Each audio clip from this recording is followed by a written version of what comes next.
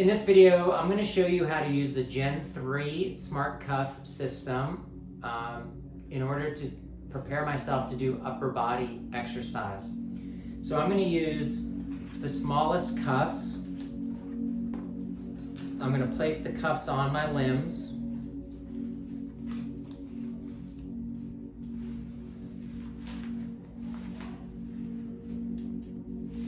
And I want to get that as tight as I can get before I even start.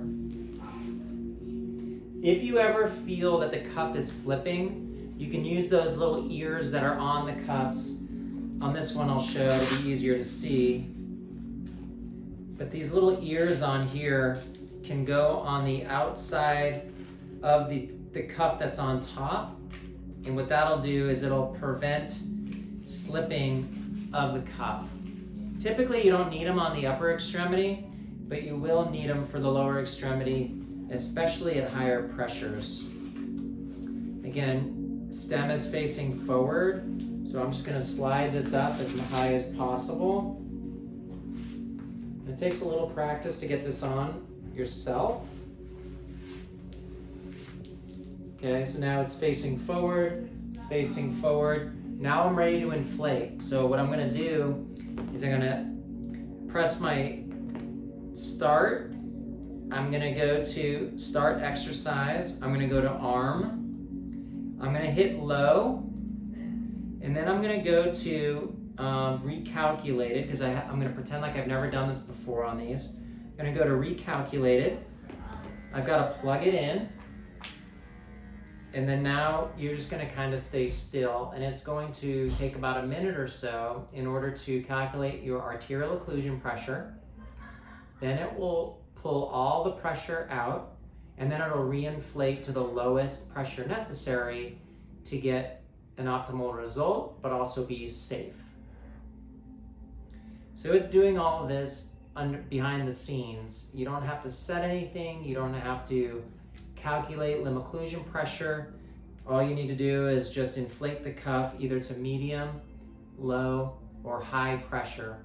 I recommend doing low pressure for the first week of training, medium pressure your second week, and then progress to high pressure as long as the discomfort level during your exercise does not exceed an 8 out of 10.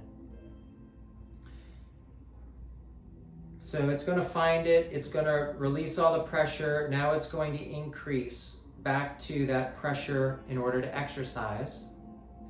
I'm going to take this off. I am now going to attach it to my other side.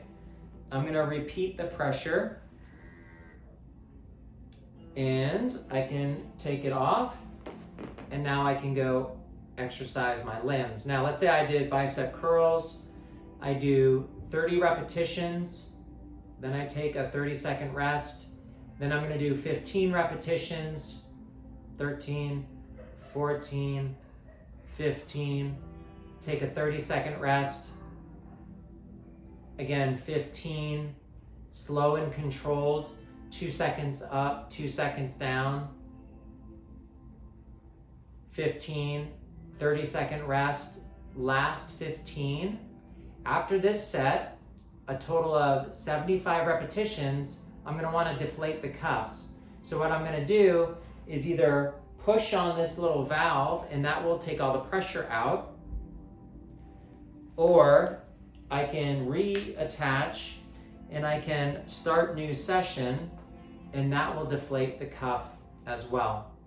After you wait a minute, I'll reinflate the cuffs and then go to my second exercise for that body region.